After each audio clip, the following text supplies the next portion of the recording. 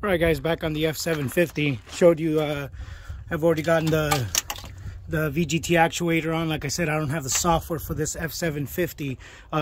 You need a big rig software for this, for the F-750. I have software for the Dodge Cummins, but not for the much bigger Cummins. So I had to take it to my turbo shop and have them calibrate it for me. And either way, while I was there for the Dodge 5500 or the Ram 5500 that I'm working on, it also needed an actuator. So I just took advantage and took care of both of those at one shot. All right, so I'm almost there. I just got it on. Like I said, I'm in a hurry. I got to get it on. So as you can see, I took the volute housing back off, so that way I can get the oil return and everything underneath right there, so I'm not struggling with that either. So I'm going to go ahead and get that on, and the coolant line that goes on there, which is this one right here. All right, let me show you how that goes, and I'll show you how it works out when it's running and everything, and as I'm putting it back together. I also did an oil change on it. All right, see you in a bit.